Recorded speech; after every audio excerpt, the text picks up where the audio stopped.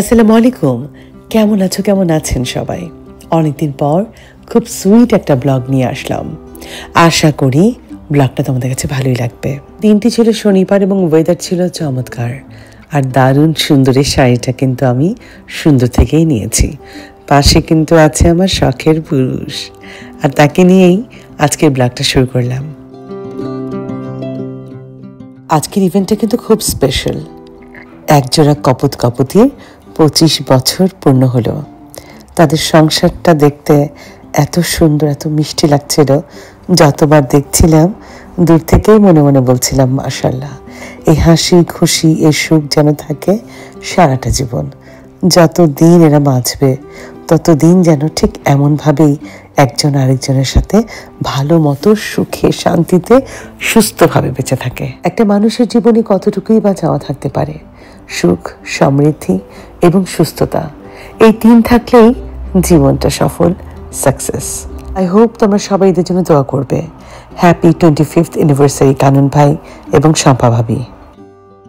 চারদিকটা এত সুন্দর করে সাজানো হয়েছিল, চমৎকার লাগছিল। ভাবলাম একটু মেমোরি কালেকশন করে রাখি, সেই সুযোগটা আর হাতছাড়া করলাম না। এই যে ঢাকার মানুষ দুজন অনেকদিন পর দেখো। খালি মনে করেন না আপনার বেশ হ্যাঁ গো ভাই আছে। আচ্ছা, এরা নারায়ণগঞ্জ আর এরা ঢাকা এরা নারায়ণগঞ্জ। কেমন হয়েছে? অনেক ভালো হয়েছে।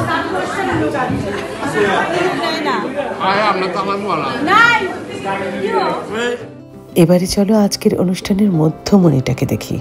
ও মা, একেবারেই তো চোখ ফেরানো যাচ্ছে না, এত মিষ্টি দেখাচ্ছিল। একটা গান মনে পড়ে গেল, তুমি যে আমার কবিতা। সত্যিই তেমনই লাগছিল, যেমন শাড়িতে তেমন সাজগোজে, তেমন পাশের মানুষটার সাথে। আসলে দুজন ঠিক দুজনেরই জন্য। এত মানিয়েছে তোমাদের দুজনকে, মাশাআল্লাহ, খুব খুব খুব সুন্দর দেখাচ্ছে। আরে এই যা কাবাব মে হাড্ডি। ভেবেছিলাম কপোতির কিছু রোম্যান্টিক নাইস পিকচার তুলবো, সেটা সম্ভব হলো না।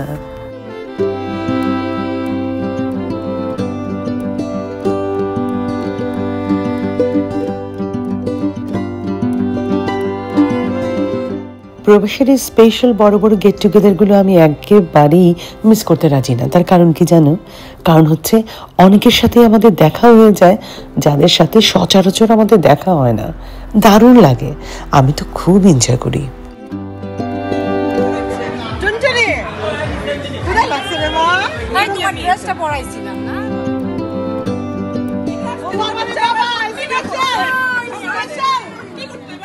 এইটা যদি না খাইছেন আপনি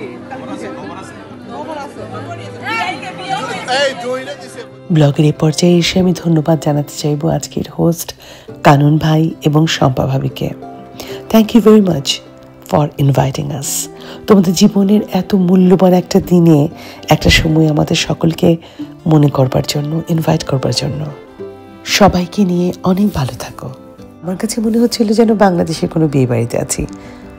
দেশের বিয়ে বাড়িতে না একটা অন্য ধরনের গ্রাম থাকে, মানে হচ্ছে ঘি, পোলাও, তারপর হচ্ছে নতুন কাপড় চোপড়, সব কিছু মিলিয়ে ঝিলিয়ে না, পারফিউম, সব কিছু মিলিয়ে কেমন যেন একটা অদ্ভুত রকমের মানে গ্রান থাকে চারিদিকে। এই জায়গাটাতে আমি তেমন একটা গ্রান পাচ্ছিলাম, ভালো লাগছিল, খুব এনজয় করছিলাম আমরা সকলে। যে কোনো শুভ কাজে মিষ্টি মুখ ইজ মাস্ট। আর এখানে কেকটা এত বেশি ইম্পর্ট্যান্ট আমাদের এই সমস্ত ব্যাপারে, মানে হচ্ছে ধরো অ্যানিভার্সারি বা হচ্ছে জন্মদিন, যেটাই বলো না কেন, দারুণ। আর এই সময়টাতে, মানে পার্টিকুলারলি এই সময়টাতে আমার কাছে মনে হচ্ছিল একটা স্বপ্ন দেখছি যেন। খুব খুব ড্রামাটিক একটা মুহূর্ত ছিল, খুব সুন্দর লাগছিল। আমার কাছে মনে হচ্ছিল এরা দুজন 25 বছর আগেই ফিরে চলে গেছে। নিশ্চয়ই মনে পড়ে যাচ্ছে নিশ্চয়ই 25 বছর আগের সমস্ত ভালোবাসার স্মৃতি। বিয়ের পরে সে সমস্ত স্মৃতি তো আস্তে আস্তে থাক, সেসব দিকে আর না যাই, সুখের কথাই বলি। না রে দুষ্টামি, প্রত্যেকটা বিয়েতে মিষ্টি, ঝাল, টক সমস্ত কিছু মিক্স করেই থাকে, এবং সংসারে যদি সং না থাকে তাহলে কিন্তু আর সংসার হয় না। কি বলো? তোমাদের কাছে কি মনে হয়? আচ্ছা, কি জানো বলো তো, ভিডিওটা তুমি যদি এই পর্যন্ত দেখে থাকো তাহলে নিশ্চয়ই তোমার ভালো লেগেছে। আর ভালো লাগলে এটা তোমার বন্ধুদের সাথে শেয়ার করতে ভুলো না। আর কমেন্ট সেকশনে আমাকে লিখে জানাতে ভুলো না তুমি কোথা থেকে আমাদের দেখছো। আমার কাছে ভালো লাগবে এই যে জীবনের টুকিটাকি মুহূর্তগুলো তোমাদের সাথে শেয়ার করি, এবং এবং কখন যেন শেয়ার করতে করতে তোমাদেরকে নিজের পরিবারের মতোই মনে হয় আমাদের আনন্দগুলো তোমাদের সাথে শেয়ার করি, এবং তখন জানতে ইচ্ছে করে তোমরা কে কখন কোথা থেকে আমাদের দেখছো। আর এই দেখো, 2 দেবর এবং মাঝখানে প্রিয় ভাবি।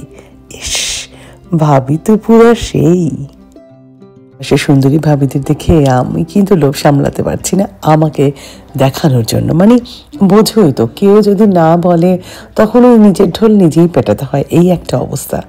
আমার কাছে আমার শাড়ির কালারটা অনেক নাইস লেগেছিল।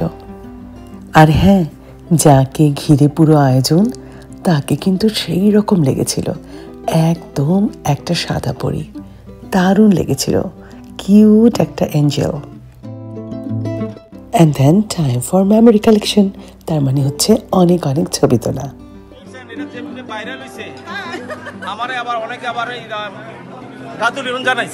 চিন্তা করে দেখে। After that evening এ স্টার্ট হলো culture program. We enjoyed a lot, কিন্তু তোমাদের সাথে কপিরাইটের ভয়ে কিছুই শেয়ার করতে পারবো না, সরি।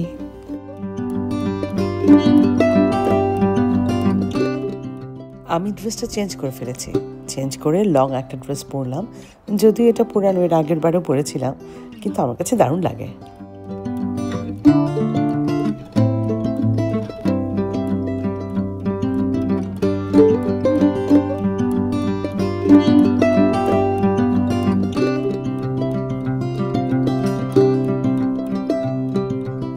ও আচ্ছা, বলা হয়নি, ওয়েদারটা ছিল আমাদের অনুকূলে। মানে হচ্ছে তোমার দুপুরের দিকে প্রচণ্ড গরম ছিল, কিন্তু তারপর বিকেল একটু সন্ধ্যের দিকে ঝিরিঝিরি বৃষ্টি। ইস, কি যে ভালো লাগছিল। মানে হল ভর্তি মানুষ, মজার মজার গান বাজনা, হাবি জাবি হইচই, দারুণ লাগছিল। এবং সবচেয়ে এক্সাইটেড মোমেন্ট হচ্ছে এটা, আমি চেষ্টা করে যাচ্ছিলাম যেন একটু হলেও তোমাদের শোনাতে পারি গানটা। কি যে সুন্দর একটা পারফরমেন্স ছিল, কিন্তু ওই যে কপিরাইটের ভয়, সে ভয়টার জন্যই মানে হচ্ছে দিতে পারছি না। আর এই হচ্ছে আমাদের শাহজাহান এবং তার মুমতাজ, দারুণ পারফরমেন্স।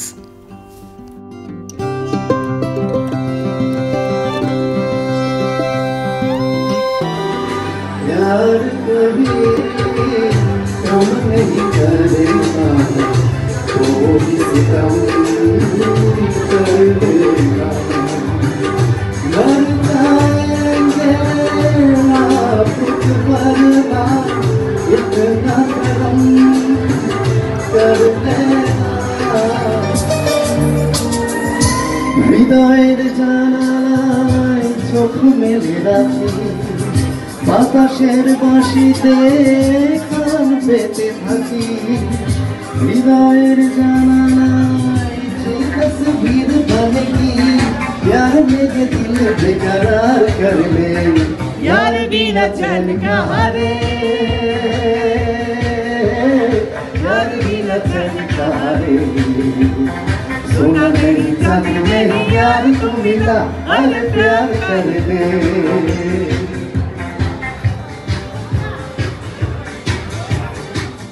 প্রবাস জীবনের হাসি কান্না নিয়েই তো আমরা আছি বলো। কাজের পরে যতটুকু সময় পাই অতটুকুই এনজয় করা, এর চাইতে বেশি নয়। এমন না যে আমরা এগুলো নিয়েই পড়ে আছি। আরে বাবা, মাসে একবার কি দুবার হয়তো বা কারোর সাথে দেখা হয় অথবা হয় না, কিন্তু যখন আমাদের দেখা হয় তখন ঠিক এভাবেই আমরা মেতে উঠি। দিন শেষে পরিবারের সাথে একটা ছবি। ব্লগটা ভালো লাগলে কমেন্ট সেকশনে লিখে জানাতে পারো। আল্লাহ হাফেজ, আসসালামু আলাইকুম। আমি লিপিকা।